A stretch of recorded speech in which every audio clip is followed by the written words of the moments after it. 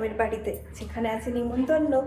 আজকে নিমন্ত্রণ পাওয়াতে একটা ভালো দিক হলো যে আবার সেই চেনা পথ চেনা রাস্তায় যেতে পারবো। রেডি হয়ে দোকানে বসে অপেক্ষা করছি, ওই দাদাকে মিষ্টি আনতে পাঠালাম। মিষ্টি নিয়ে আসার পর সোজা রওনা দেব গ্রামের উদ্দেশ্যে। গ্রামের বাড়ির সেই চেনা রাস্তাটা শুধু ধুলোবালির পথ নয়, এটি আমাদের জীবনের সবচেয়ে সুন্দর এবং নিষ্পাপ সময়ের এক জীবন্ত দলিল।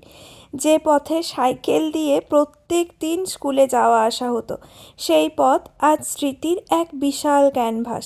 আজ হয়তো সেই কাঁচা রাস্তা পাকা হয়েছে, দুপাশের গাছগুলোর অনেকগুলোই কেটে ফেলা হয়েছে, আবার নতুন গাছও হয়েছে।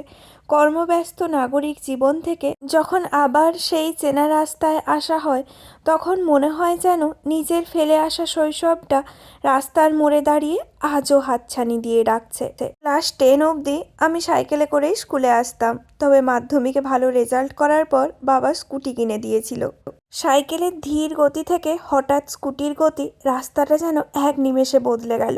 সেই চেনা পথেই স্কুটি ছুটিয়ে যাওয়ার সময় বাতাসের ঝাপটা আর মনে এক অদ্ভুত স্বাধীনতার অনুভূতি। যাক, অবশেষে এসে পৌঁছালাম গ্রামের বাড়িতে।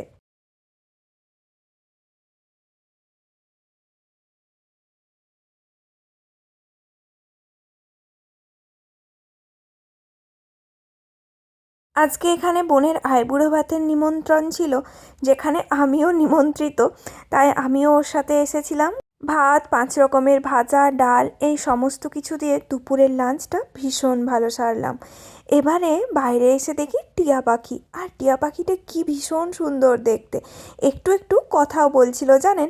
আমিও আজ অনেক দিন পর গ্রামে আসলাম, আর এই সামনে যে বড় জায়গাটা দেখতে পাচ্ছেন, সেটা হলো আমাদের খামার, যেখানে আমরা প্রচুর খেলতাম। তবে যখন ধান বা অন্য কিছু সিজন আসতো, তখন এই খামারে প্রচুর জিনিসপত্র চলে আসতো, তাই আমরা আর খেলার জায়গা পেতাম না।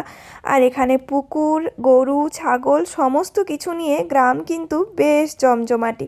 চলুন, বেশ ভালো একটা দিন কাটলো। এবারে আবার সেই একই রাস্তা ধরে বাড়ির পথ ধরা।